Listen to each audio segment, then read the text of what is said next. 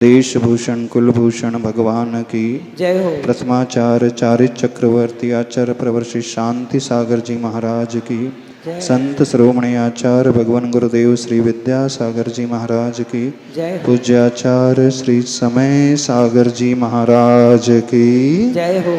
परम पूज्य निर्यापक श्रमण मुनि वीर सागर जी महाराज की, समस्त मुनि संघ की। आज का यह दिन, मुनि दीक्षा का यह दिन,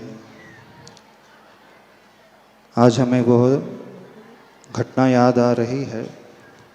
सर्वप्रथम उसे आप लोगों के सामने रखना चाहते हैं। दीक्षा के पश्चात 2004 से 14 तक हम लोग आचार्य भगवान के संग में रहे। 2014 रामटेक से जब हमारा विहार हो रहा था, गुरुदेव ने पृथक संघ निर्माण करने की भावना रखी थी। वो दिन याद है, 11 मार्च 2014 का दोपहर का वक्त था।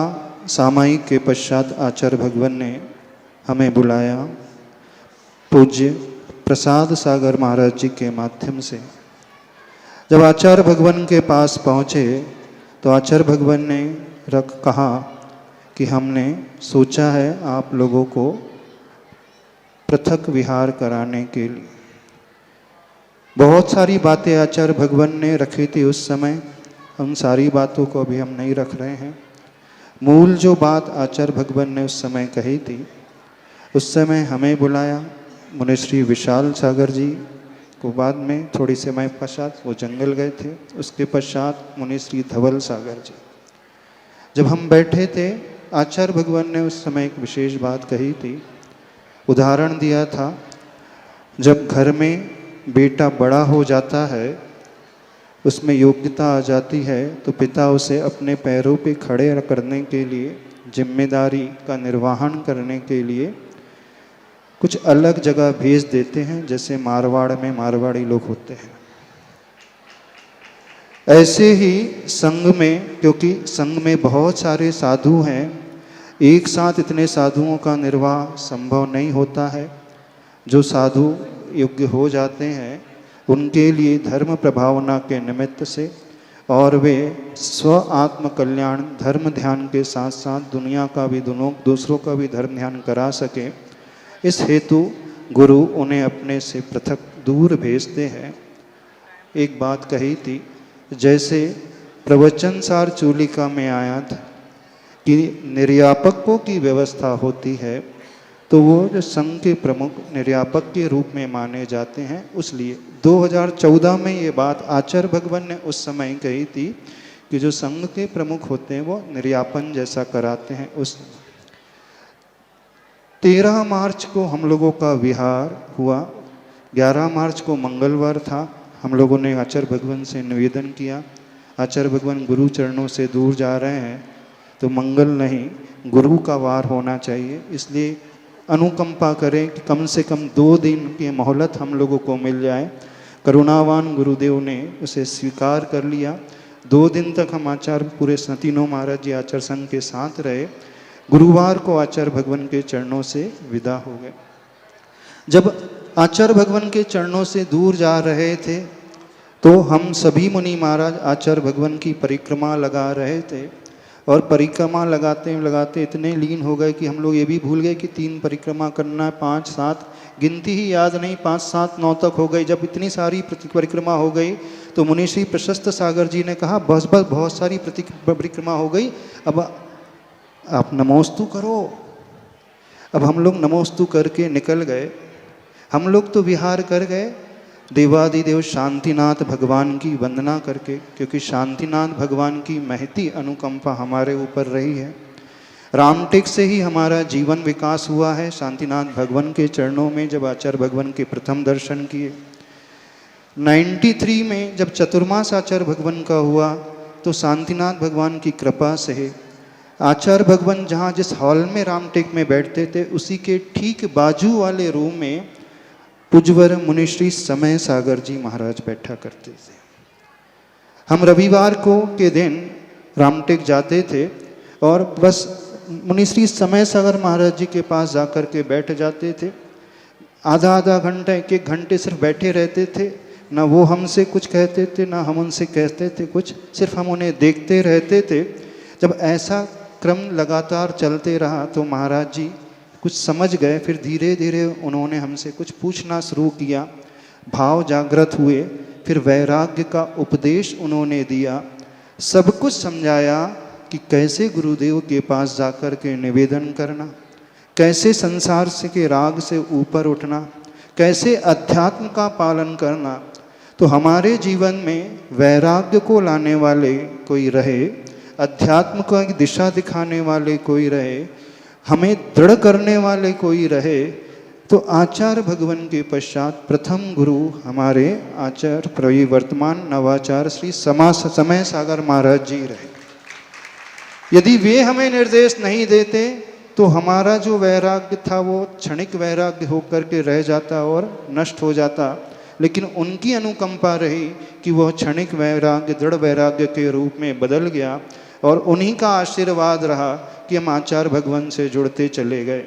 तो ये 93 की घटना शांतिनाथ भगवान के चरणों में घटी।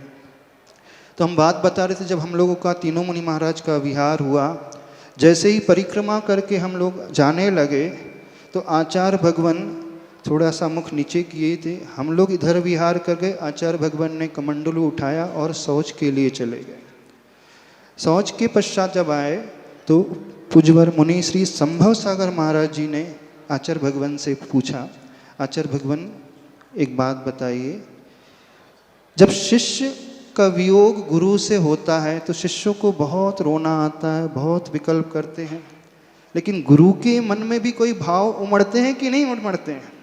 तो आचार्य भगवान ने सिर्फ एक बात कही, तीर्थंकर भगवान अच्छे होते हैं जो किसी को शिष्य नहीं बनाते, किसी को दीक्षा नहीं देते। यानी हम आचार्य भगवान का वात्सल्य बता रहे हैं, आचार्य भगवान की करुणा बता रहे हैं। तो ये जो संस्मरण उस समय का 93, 94 का घटा, फिर उसके बाद हमारा पूरा व्रत हुआ और आचार्य भगवान के कर कमलों से 2024 में दीक्षा हुई। दीक्षा होने के पूर्व जब ब्रह्मचारी के रूप में हम लोगों के आगमन संघ में हुआ तो जैन सिद्धांत प्रवेशिका में प्रवेश कराने वाले पूज्यवर समय सागर महाराज जी ही थे। तत्वार सूत्र का ज्ञान कराने वाले 24 ठाना आलाप पद्धति और 10 भक्ति का ज्ञान कराने वाले कोई रहे तो पूज्यवर समय सागर महाराज जी ही रहे।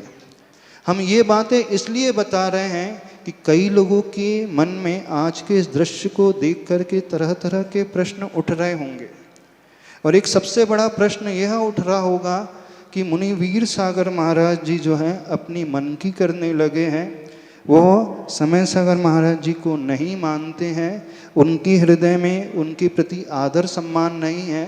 तो जिनके मन में आशंकाएं उठ रही हैं अथवा बहुत दिनों से उठ रही हैं, हम उन्हें बतलाना चाहते हैं, जितने परमोपकारी समय सागर महाराज जी हमारे हैं शायद उतने उपकारी किसी के नहीं हैं, क्योंकि ये पूरा संघ जानता है कि सबसे ज़्यादा स्नेह यदि हमें मिला है तो सबसे ज़्यादा स्नेह उन्होंने किसी को दिया है तो हमें ही दिया है। जब ब्रह्मचारी अवस्था में हम लोगों की एंट्री हुई थी तो ब्रह्मचारी अवस्था में हम मुनि श्री समय सागर महाराज जी के कक्ष में ही रात्रि विश्राम किया करते थे, और वहीं पे चंद्रप्रभ सागर जी।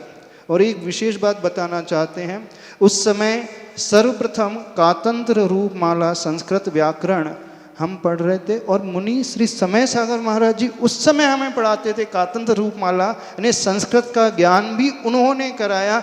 इतना परम स्नेह उनका हमारे ऊपर शुरू से ही रहा है, और आचार्य भगवान का स्नेह वैसे भी रहा है। अब जब यात्रा आगे बढ़ते चले गई, संघ का विहार 2014 से हुआ 2020 तक, हम लोग उत्तर प्रदेश सरधना पहुँचे। कोविड के समय गर्मी वहीं व्यतीत की और चातुर्मास वहीं व्यतीत हुआ। तो 2020 में सर्वप्रथम मुनि श्री सौम्य सागर महाराज जी के पास से हमारे पास ये संकेत आया कि आचार्य भगवान आपके पास कुछ ब्रह्मचारियों को भेज रहे हैं, और उन ब्रह्मचारियों में दो ब्रह्मचारी थे, मुनिश्री मंथन सागर जी और मनन सागर। जब ये संकेत आया तो सौम्य सागर जी ने बताया, उस समय निर्यापक श्री समय सागर महाराज जी थे, पूज्यवर निर्यापक श्री योग सागर जी थे, सुधा सागर महाराज जी थे और नियम सागर महाराज जी थे। तब जब सर्वप्रथम गुरुदेव ने 2015 से समय सागर महाराज जी के पास ब्रह्मचारियों को भेजा, तो गुरुदेव ने कुछ ब्रह्मचारियों को बुलाया और बुला करके कहा कि हम संकेत दे देंगे आपको किसके पास जाना है। तो सौम्य सागर महाराज जी ने पूछ लिया, आचार्य श्री समय सागर महाराज जी के पास भेज दें अथवा योग सागर महाराज जी के पास भेज दें। तो आचार्य श्री ने कहा वो हम बताएंगे, कल बताएंगे किसके पास भेजना है, क्योंकि उस समय तक किसी के पास नहीं भेजा था और हम कुछ थे ही नहीं। तो आचार्य भगवान ने हमारा नाम लेकर के भेजा। तो सोम सागर जी खुद शॉक्ड रह गए कि हम बीच में कहाँ से आ गए। जब हमने उनसे पूछा हम कहाँ से आ गए बीच में, हमारी इतनी योग्यता नहीं है, बड़े बड़े मुनि महाराज संघ में बैठे हुए हैं, आचार्य भगवान उनके पास भेजते। पर उन्होंने कहा नहीं, आचार्य भगवान ने आपका ही नाम लिया है। फिर ये घटना 4 अक्टूबर की है 2020 की। फिर 1 नवंबर शरद पूर्णिमा के दिन 3 और ब्रह्मचारियों को आचार्य भगवान ने भेजा। फिर एक और ब्रह्मचारी विरल सागर जी के रूप में भेजा। 2 ब्रह्मचारी थे, छुल्लक श्री विचार सागर जी और छुल्लक श्री मगन सागर जी। अभी तो मुनि विचार सागर जी हो गए, गुरुदेव के हाथों से मुक्तागिरी में जिनको दीक्षा की प्राप्ति हुई। ये जब घटना हो गई तो धीरे धीरे हम लोग विहार करते हुए 2022 में कुंडलपुर आए और कुंडलपुर में महामहोत्सव हुआ। और महामहोत्सव में जब दीक्षा दे रहे थे जैसे दिन, उस दिन गुरुदेव ने हमें संचालन के लिए कुछ कहा था कि आपको संचालन करना है। और जहाँ 18 छुल्लक दीक्षा हो रही थी, बीच में हम स्खलित हो गए थे। एक पन्ना हमसे पलट गया था, एक ब्रह्मचारी का नाम हमने उच्चारण किया और दूसरे पन्ना जो पलट चुका था उसके बाद तीसरे ही ब्रह्मचारी का नाम हमने कह दिया। तो आचार्य भगवान ने उसमें धीरे से कहा था, देखो अभी बीच में एक ब्रह्मचारी और हैं, फिर भी यदि आप ऐसा ही क्रम रखना चाहते हैं तो अपनी अनुकूलता से रख सकते हो। हम उस समय घबरा गए, हम तुरंत भाप गए कि महापुरुष जो हैं गलती का रियलाइजेशन किस तरीके से करवाते हैं। वो डायरेक्ट नहीं कहते हैं, वो इनडायरेक्ट इस तरीके से अपनी बात रखते हैं कि व्यक्ति को गलती का रियलाइजेशन हो जाए और पर उससे गुरुदेव की परम करुणा झलकती है। उस समय आचार्य भगवान ने ये बात रखी थी। अब वहाँ से विहार करते हुए सहपुरा जब हम लोगों का आगमन हुआ, चातुर्मास हुआ, पर्युषण पर्व के पूर्व में ब्रह्मचारी विनय भैया का संकेत हमारे पास आया। आचार्य भगवान का चातुर्मास सिरपुर में चल रहा था। ब्रह्मचारी विनय भैया ने कहा कि आचार्य भगवान ने महावीर अष्टक के लिए सोचा है कि आपके पास भेजा जाए। तो फिर हम घबरा गए, हमने कहा हमारे पास क्यों भेजा भाई? तो आचार्य भगवान ने कहा है समाधि संलेखना की साधना कराना है, इसलिए वे आपके पास भेज रहे हैं। उस समय हमने कहा पूज्यवर बड़े बड़े महाराज जी भी हैं, समय सागर जी, योग सागर जी, प्रमाण सागर जी, समता सागर जी, इतने सारे संघ हैं, हमारी तो योग्यता ही नहीं कि हम उनकी संलेखना, क्योंकि उनकी उम्र 80 वर्ष की और हम लोग युवा, हमें कोई समाधि का अनुभव था नहीं। तो हमने कहा हम कहाँ से संलेखना करा पाएंगे, हमारी क्षमता नहीं है। आप आचार्य भगवान से निवेदन करें किसी बड़े मुनि महाराज के संग में भेज दें। तो आचार्य श्री धीरे से बोलते, उस समय आवाज़ आ रही थी, यदि कोई संलेखना का निवेदन करने आएगा तो क्या उसकी संलेखना नहीं कराओगे? तो फिर जैसे ही हमने सुना तो हमने कहा जैसे गुरुदेव की आज्ञा बिल्कुल अक्षरशः हम वैसा ही पालन करेंगे। और उस समय ब्रह्मचारी महावीर भैया को भेजा। सिरपुर में दीक्षा हुई, सहपुरा से विहार हुआ, सिरपुर में दीक्षा हुई और दीक्षा के पश्चात एक ही मुनि दीक्षा हुई थी, इसमें मुनि श्री उत्कृष्ट सागर जी का नाम रखा गया था। और आचार्य भगवान ने और भी संकेत दिए थे। ये सब हो गई बातें। अब इसके पश्चात जो कुछ चर्चा वर्तमान में चल रही थी कि मुक्तागिर में दीक्षा होना था, आचार्य भगवान का विहार उस समय गोटे गांव से हुआ था और छिंदवाड़ा की ओर हो रहा था। पर पहले सुन रहे थे आचार्य भगवान का विहार जो है भोपाल की ओर हो रहा है, पर आचार्य भगवान गुरुदेव की भांति अनियत विहारी होते हैं, पहले से कुछ डिक्लेयर नहीं करते हैं। संयोग ऐसा बना कि भोपाल का रास्ता उन्होंने छोड़ा और मुक्तागिर का रास्ता छिंदवाड़ा होते हुए पकड़ लिया। जब छिंदवाड़ा की ओर जा रहे थे तो भिन्न भिन्न संघों में जो छुल्लक जी थे उनके पास संकेत पहुँचे कि आप लोगों को आचार्य भगवान के पास पहुँचना है जिस भी माध्यम से। वैसे हमारे पास कोई संकेत नहीं आया था। फिर हम लोग भी यहाँ विहार करते रहे, बीच बीच में फिर हमारे पास संकेत आया कि आप अपने 5 छुल्लकों को आचार्य भगवान के पास क्यों नहीं भेज रहे हैं, क्यों उन्हें रोक करके रखा है। तो हमने कहा हमने किसी भी छुल्लकों को रोका नहीं है, हमारी तरफ से सहर्ष परमिशन है, वे आचार्य भगवान के पास जाएं, निवेदन करें और बहुत अच्छे से। हमने किसी को भी नहीं रोका है, हमने पहले ही सबके लिए जाने के लिए कहा था।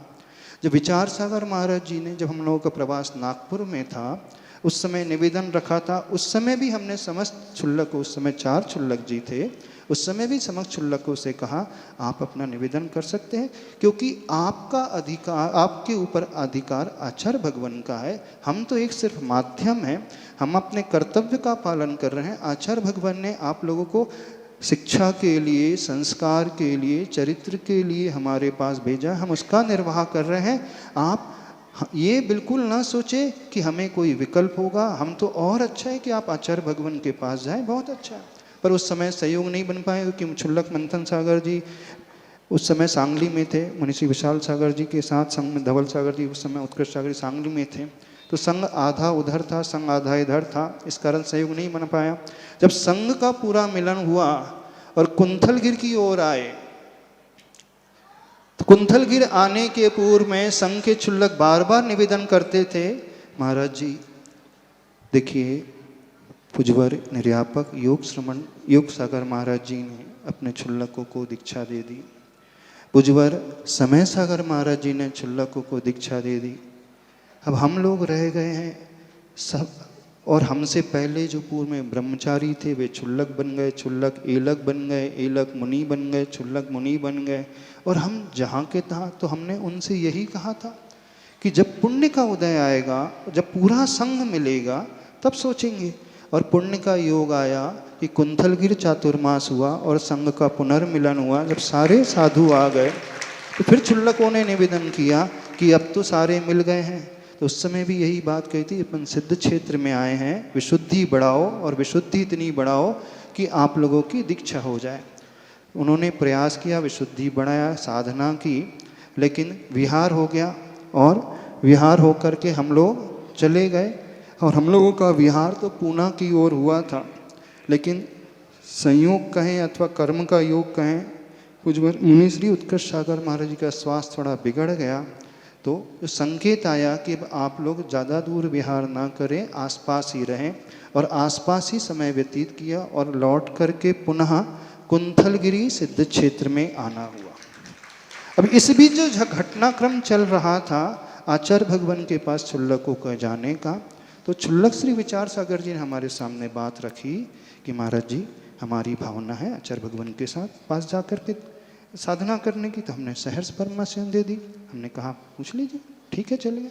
वहाँ से जब ग्रीन सिग्नल मिला फिर वो थोड़े भावुक हो गए, उन्होंने कहा कि नहीं अब हम आपको छोड़ करके कहीं नहीं जाएंगे, क्योंकि हमें यहीं बहुत अच्छा लगता है। जबकि वहाँ से सिग्नल मिल चुका था, फिर भी उन्होंने वहाँ निषेध कर दिया, नहीं अब हम संग में ही रहेंगे। पुनः भावुकता उनकी जागृत हुई, पुनः उन्होंने निवेदन किया। हमने खुद कहा जब वो भावुक हो रहे तो आप ऐसा करो, आचार्य भगवान से पुनः निवेदन करो और अच्छे से आपका कल्याण हो जाएगा। तो जिन लोगों की ये धारणा है कि मुनिश्री वीर सागर ने छुल्लकों को रोक करके जबरदस्ती रखा है, हमने किसी को भी रोका नहीं है, हमने सिर्फ अपने कर्तव्य का पालन किया है, उससे अधिक कुछ नहीं। पहले भी उन्हें पूर्ण आज़ादी थी और आज भी आज़ादी थी। आचार्य भगवान ने जो संकेत दिए थे ब्रह्मचारियों को भेजने के पूर्व जैसे ब्रह्मचारियों ने कहा कि जैसे जैसे संकेत मिलते चले जाएं, जैसे जैसे शिक्षण होते चले जाए, वैसे वैसे वो अपना शिक्षण का कार्य करते चले जाएं। बस हम उसी का निर्वाह कर रहे थे, उससे अधिक कुछ नहीं। तो उसके पश्चात भी हमारा कोई ऐसा भाव नहीं था किसी को रोकने का। तो हमने स्वयं चला करके भावना कही और विचार सागर जी और मगन सागर जी क्षुल्लकों को भेजा और उनकी बहुत अच्छे से दीक्षा हुई। अब जो बच गए क्षुल्लक, 3 क्षुल्लक जी, इनकी तीव्र भावना थी कि हमारा भी विकास होना चाहिए, हमारा समय ऐसे व्यतीत हो रहा है, बहुत संकल्प होता है, बहुत विकल्प होता है, विशुद्धि में कहाँ कमी रह रही है। तो उनकी विशुद्धि तो बहुत तीव्र शुरू से ही थी, लेकिन कर्म का कुछ ऐसा दुर्योग था कि वह क्षण नहीं आ पा रहा था। और आज ये क्षण आ गया कि इस कुंथलगिरी सिद्ध क्षेत्र में इन तीनों क्षुल्लकों की दैगंबरी दीक्षा है। कुछ लोगों के मन में ये प्रश्न है कि आप कैसे दीक्षा दे सकते हो। हम फिर कहना चाहते हैं, हमने इन्हें दीक्षा नहीं दी है, दीक्षा इन्होंने ग्रहण की है, हम एक निमित्त मात्र हैं। और आचार्य भगवान ने जो संकेत दिए थे, जिसकी घोषणा पूज्यवर ज्येष्ठ निर्यापक श्रमण श्री योग सागर महाराज जी ने आचार्य पदारोहण के समय 16 अप्रैल 2024 में की थी, उसी के अनुरूप हमने कदम उठाया है। हमारा इनसे कोई ऐसा ममत्व का और अधिकार का भाव नहीं है। जो घोषणा हुई थी उसी के अनुरूप हमने कदम उठाया और कार्य किया है, और आज ये मुनि के रूप में प्रतिष्ठित हो रहे हैं। कुछ लोगों के मन में अभी भी शंका उत्पन्न होगी, अब महाराज को दीक्षा तो देना ही था, तब जो दीक्षा देने की पूरी थोड़ी भूमिका बनाना ही होगा।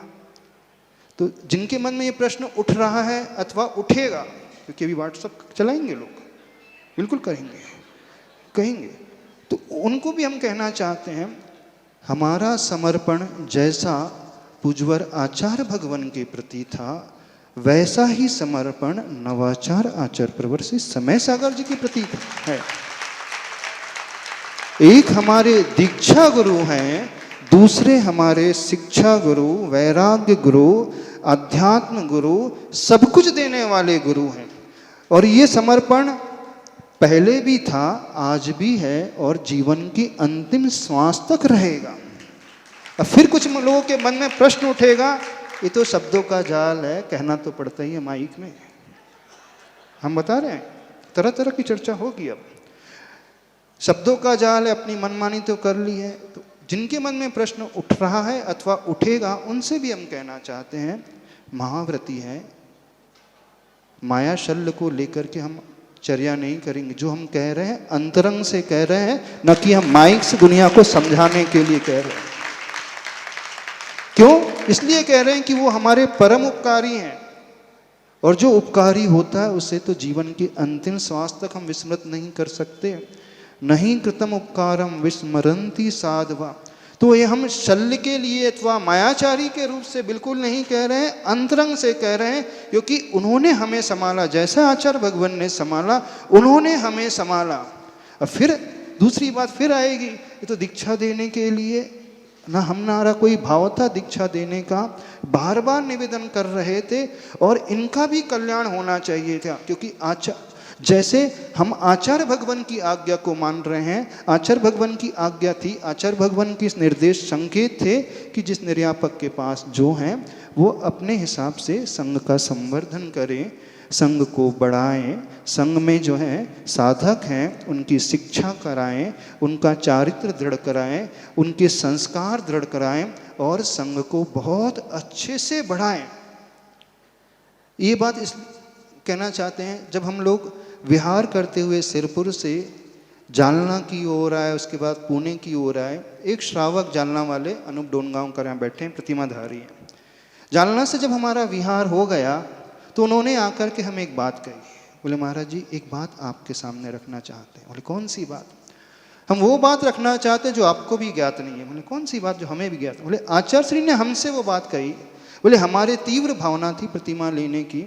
जब प्रतिमा हम लेने के लिए भाव बना रहे थे और प्रतिमा ले ली, तो हमने आचार्य भगवान से कहा, आचार्य भगवान महाराष्ट्र में तो आप रहते नहीं हैं, हम प्रतिमा ले लेंगे, उनके में जो दोष लग जाएंगे तो उसका प्रायश्चित किससे ग्रहण करें?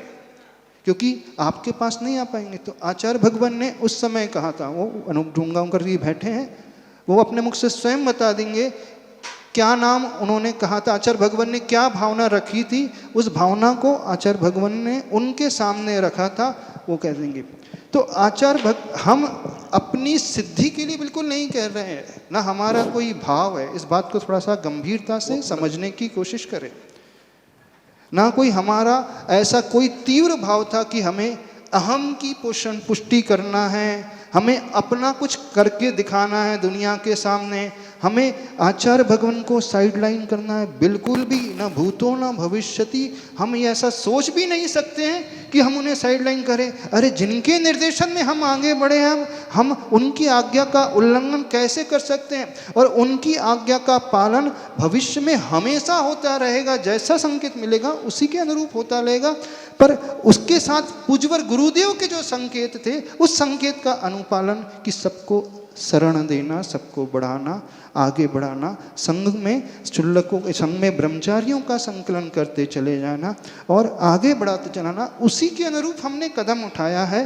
और यह किसी को ठेस पहुंचाने के लिए बिल्कुल भी नहीं है, अक्षरशः गुरु की आज्ञा का पालन किया है और हमेशा गुरु की आज्ञा का पालन वैसे ही होता रहेगा। एक बात और कहना चाहते हैं, कुछ लोग और भी प्रश्न उठा रहे हैं गुरु परंपरा को लेकर के। हम ये पूछना चाहते हैं, जब वटवृक्ष पैदा होता है तो वटवृक्ष की एक विशेषता होती है, जैसे जैसे वो बढ़ता है उसकी शाखाओं से जड़ और फूटने लगती हैं और वो जड़ें जो हैं जमीन में गहराई तक पहुंचने लगती हैं और वही स्वयं तने का रूप ले लेती हैं और उसका विकास द्रुत गति से होने लगता है और भी उसकी प्रशाखाएं फूटते चले जाती हैं और इतना वो विस्तार का रूप ले लेता है कि यही समझना मुश्किल होता है कि इसमें मूल कौन सा है और बहिरंग कौन सा है। तो जो शाखा उस वटवृक्ष की दूसरी जड़ से पैदा हुई है, तो क्या वो उस वटवृक्ष का अंश नहीं माना जाएगा? वो उसी का अंश है और वो उसी का वंश है और उसी परंपरा में चला आ रहा है, क्योंकि जिसका बीजारोपण आचार्य परवर ज्ञान सागर महाराज जी ने, दादा गुरु ने किया और आचार्य गुरुदेव ने जिस वटवृक्ष को इतना विशाल रूप दे दिया, उसी से सब कुछ फैलता चला जा रहा है। तो ये जो परंपरा है तो वो आचार्य भगवान की ही है, क्योंकि सबके यदि जीन्स देखे जाएंगे तो जीन्स तो वही है, वहीं से उत्पत्ति हुई है, वहीं से विकास हुआ है और कुछ भी नहीं है। तो वो परंपरा बिल्कुल, क्योंकि जो संस्कार है। और दूसरी बात ये कहना चाहते हैं, जिन लोगों ने दीक्षा ली है, वीर सागर जी से दीक्षा नहीं ली है, उन्होंने दीक्षा आचार्य गुरुवर श्री विद्यासागर महाराज जी के शिष्य से ली है। जो प्रभावना है वीर सागर जी की नहीं है, प्रभावना है आचार्य गुरुवर विद्यासागर महाराज जी की। तो आप लोग हमसे प्रभावित होकर के कभी नहीं आए हैं, आप लोग आचार्य भगवान से प्रभावित होकर के आए हैं। तो वो जो मूल तो है वही का वही है, क्योंकि अपनी क्षमता ही कितनी है। जो आज देश में प्रभावना हो रही है वो आचार्य गुरुदेव विद्यासागर जी की ही प्रभावना है, उन्हीं की देन है, उन्हीं का उपकार है। तो जहाँ भी सब कुछ लोग आते हैं खिंचे चले जाते हैं। अच्छा आप बताओ, आप किसका नाम सुन करके आते हो? ब्रांड लेवल सुन के आते हो कि नहीं? ब्रांड मैन्युफैक्चरिंग जो कंपनी होती है उसका प्लांट तो एक जगह होता है, लेकिन उसकी फ्रेंचाइज और उसकी डिस्ट्रीब्यूटरशिप भिन्न भिन्न शहरों में होती है। भले ही आप किसी दूसरे शहर से मर्सिडीज कार उठाओ, चाहे जर्मनी से उठाओ, चाहे बॉम्बे से उठाओ, चाहे दिल्ली से उठाओ, कार वही रहेगी, ब्रांड वही रहेगा। हाँ, शोरूम बदल जाएगा, लेकिन कहने के लिए वो सेम कंपनी है। तो हम सबकी कंपनी कौन सी है? आचार्य गुरुवर श्री विद्यासागर महाराज जी की ब्रांड कंपनी है और उसी ब्रांड कंपनी के अनुरूप सारी की सारी व्यवस्था चल रही है, जो आचार्य भगवान ने 10 निर्यापकों की 8 निर्यापकों की व्यवस्था की थी। क्योंकि आचार्य भगवान का विजन बहुत बड़ा है, बहुत गहरा होता है। हम आचार्य भगवान की दृष्टि को समझ ही नहीं पाते। जब भी आचार्य भगवान ने कोई नया प्रयोग किया तो सर्वप्रथम उसका विरोध हुआ। जब पाषाण मंदिर की निर्माण की बात थी तो लोगों ने हंसी उड़ाई कि 25 साल लग जाते हैं, ऐसा मंदिर क्यों बनाना चाहिए, हम देख ही नहीं पाएंगे, आने वाली पीढ़ी देखेगी। जब आचार्य भगवान ने गौशाला की बात रखी तो दुनिया ने कहा साधु को करना चाहिए क्या नहीं, जीवदया की बात। जब आचार्य भगवान ने भाग्योदय की बात रखी तो लोगों ने कहा वहाँ तो खून की बात होती, खून देने की बात है, आगम में कहीं खूनदान तो आए, रक्तदान की बात आती नहीं। जब आचार्य भगवान ने अहिंसा की बात अथवा शांति धारा दुग्ध योजना की बात की तो लोगों ने हंसी उड़ाई, लोगों ने विरोध किया, लोग उनके विरुद्ध में आ गए कि देखो वहाँ पे तो गोबर होगा, वहाँ पे तो पशु होंगे, वहाँ पे तो सब कुछ होगा, वहाँ पे जीव हिंसा नहीं होगी। आचार्य भगवान का उद्देश्य जीव हिंसा का नहीं, वो अहिंसक दूध आदि अहिंसक वस्तु देने का था। जो भी आचार्य भगवान ने योजना लाई दुनिया में, वह सारी योजनाओं का स्वीकरण जो हुआ बाद में हो, जब लोगों को रियलाइज हुआ कि नहीं आचार्य भगवान का विजन, चाहे भाग्योदय हो, चाहे दयोदय हो, चाहे प्रतिभा स्थली हो, चाहे पूर्ण आयु हो, अथवा हथकरघा जैसी योजना हो, कोई भी योजना हो, शुरू में कभी नहीं समझ में आता है, बाद में एक्सेप्टेंस मिलता है। तो ये महापुरुषों की दृष्टि होती है, वो कितना दूर का सोचते हैं और उसका इफेक्ट कितने बार में बाद में समझ में आता है। तो हम इस बात को समझने की कोशिश करें कि आचार्य भगवान का विजन कितना गहरा रहा है धर्म की प्रभावना के लिए, मोक्ष मार्ग की प्रभावना के लिए। और आचार्य भगवान जानते थे मोक्ष मार्ग की प्रभावना इसी माध्यम से होगी जब वो अनवरत रूप से धर्म चलता रहे। नदी वही रहती है, गंगा नदी वही रहती है, पानी पुराना आता है चला जाता है, नया आता है चला जाता है, पानी हमेशा बदलता है, लेकिन गंगा नदी वही कहलाती है। यदि उस गंगा नदी से आप कलश में जल भर करके अपने घर में ला लोगे तो वो गंगा नदी का ही जल कहलाएगा, ना कि किसी दूसरी नदी का जल कहलाएगा। ऐसे ही हुआ ना, क्योंकि वहीं से निकला हुआ है। तो व्यक्ति किसके पास आ रहा है, तो वो आचार्य विद्या सागर रूपी सागर से उत्पन्न हुई हैं नदियां हैं, और उन्हीं नदियों से प्रवाहित होकर के अपनी प्यास बुझाने के लिए आ रहा है, अपने कल्याण के लिए आ रहा है। इस बात को समझना चाहिए। हमारा किसी को ठेस पहुंचाने का भाव न था न है। हम पुनः क्षमा चाहते हुए सबसे नम्र निवेदन करना चाहते हैं, जैसी श्रद्धा हमारी पूज्यवर आचार्य भगवान के प्रति थी वैसी ही श्रद्धा नवाचार्य पूज्यवर श्री समय सागर जी के प्रति है, और अंतिम क्षण तक, अंतिम श्वास तक बिल्कुल बनी रहेगी। इसमें कोई आशंका कुशंका न करें। हमने कोई ऐसा कदम नहीं उठाया जो गुरु आज्ञा से विपरीत जाता हो, कोई ऐसा कदम नहीं उठाया। क्योंकि कुछ लोग तरह तरह के तर्क बहुत समय से कर रहे थे, और आज के बाद तरह तरह के तर्क और ज़्यादा करेंगे, तरह तरह के व्हाट्सएप चलाएंगे, तरह तरह की नीतियों को प्रचलित करेंगे, न जाने क्या क्या करेंगे। तो हमारा उन्हें भी कोई ठेस पहुंचाने का इरादा नहीं, कोई ऐसा भाव नहीं है। सिर्फ न्यूट्रल होकर के सोचने की कोशिश करें, विज़न को बहुत बढ़ाना सीखें कि हमें कहाँ पहुँचना है धर्म की प्रभावना को। तो आचार्य भगवान ने जो कार्य किया उसका रिजल्ट तात्कालिक नहीं नज़र आता है, उसका रिजल्ट जो है लॉन्ग टर्म में नज़र आता है। ये सारी बातें आप लोगों के सामने रखना चाहते हैं। और रही बात आज जो मुनि दीक्षा की, तो जैसे जब हम लोगों की दीक्षा हुई थी, दीक्षा के पश्चात आचार्य भगवान ने हम सभी जो 25 दीक्षाएँ हुई थी उस समय एक बात, बड़ी गहरी बात कही थी, गुरु आपको पिच्छिका दे सकते हैं, गुरु आपको कमंडलू दे सकते हैं, गुरु आपको ज्ञानोपकरण दे सकते हैं, गुरु आपको बहिरंग लिंग दे सकते हैं, लेकिन गुरु आपको भावलिंग नहीं दे सकते। भावलिंग स्वयं उत्पन्न करना होता है। तो सारे मुनि महाराज और क्षुल्लकों से कहना है भावलिंग स्वयं उत्पन्न करना पड़ेगा, तब वह श्रामण्य कहलाएगा। क्योंकि बड़ी वज्जदु सामण्यम यदिच्छसे दुख परिमोक्षम। तो वहाँ श्रामण्य को प्राप्त होने के लिए कहा, यदि दुखों से मुक्ति होना चाहते हो। श्रवण से कभी कल्याण नहीं होता है, श्रवण बनने से कल्याण नहीं होता है, हमेशा कल्याण जो होता है श्रामण्य से होता है। तो आचार्य प्रवर कुंद देव जो कहते हैं अपने भीतर हम सभी श्रामण्य लाना सीखें, इसी से कल्याण होगा। और इसी गाथा को अब आप सभी लोगों को पीना है, सभी लोगों को जीना है, आत्मसात करना है। वद समदिंद विरोधो लोचा वासय मचेल मन्नाणम किधि सयन मदंतनम ठिधि भुयन में भक्तम च। ये 28 मूल गुण वाली गाथा है। हर एक साधक को हम ऐसा नहीं कि आप लोगों को उपदेश रहे हैं, स्वयं को भी उपदेश रहे हैं कि हम सबको वही गाथा पीना है, जीना है, आत्मसात करना, उसी से कल्याण होगा। और रही बात क्षुल्लकों के 11 प्रतिमाओं का स्वरूप, अभी समय नहीं है इतना, वो बाद में बता देंगे, वैसे आप सभी लोग जानते हैं। तो आज के इस दिन को विशेष रूप से याद करते हुए आचार्य भगवान ने एक दोहा लिखा है, फूल फलों से ज्यों लदे घनी छांव के वृक्ष, शरणागत को शरण दे श्रमणों के अध्यक्ष। यानी आचार्य भगवान जो हैं वो श्रमणों के अध्यक्ष हैं।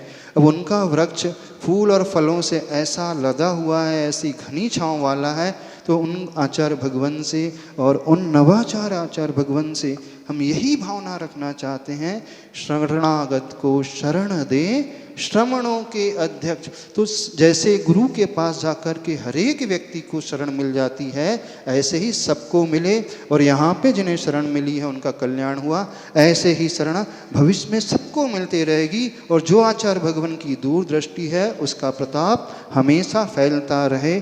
बस यही भावना आज के इस दीक्षा दिवस पर भाना चाहते हैं। तरण विद्यासागर गुरु तारो मुझे ऋषिश, करुणा करो कर से दो आशीष, करुणा करो कर से दो आशीष। संसार में गुरु कृपा सबसे निराली, होली यही दशहरा यही है दिवाली। जो शिष्य है वह सदैव ऋणी रहेगा, कोई कभी न उपकार चुका सके। बोलिए संत श्रोमणी आचार्य भगवान गुरुदेव श्री विद्यासागर जी महाराज की जय हो। पूज्य आचार्य श्री समय सागर जी महाराज की। एक बात और बोलना चाहते हैं, ये कार्य हमारा नहीं है, ये कार्य समस्त संघ का है। बिना सहयोग के कभी कार्य संपन्न नहीं हो सकता। तो इस सबको साथ लेकर के चलने की जो भावना गुरुदेव की रही है, तो मुनि श्री विशाल सागर जी, मुनि श्री धवल सागर जी, मुनि श्री उत्कृष्ट सागर जी और उत्कृष्ट सागर महाराज जी की एक बात बताना चाहते हैं। वे हमेशा क्षुल्लकों से कहते थे आप भी निवेदन करो, आपकी भी मुनि दीक्षा हो। कल भी जब ये क्षुल्लक लोग गंधर्वलय विधान करने गए थे, मुनि श्री उत्कृष्ट सागर महाराज जी के पास आशीर्वाद लेने गए थे, तो महाराज श्री ने यही कहा था, बहुत अच्छा, जल्दी आपकी मुनि दीक्षा हो। मैं तो वीर सागर जी से कह चुका हूँ, आप लोग भी ये भावना भाव विशुद्धि बढ़ाओ। तो उन्होंने जो भावना भाई, उस भावना का चमत्कार कि कल के क्षुल्लक आज के मुनि हो गए हैं। बोलिए संत श्रोमणी आचार्य भगवान गुरुदेव श्री विद्यासागर जी महाराज की, पूज्य आचार्य श्री समय सागर जी महाराज की। परम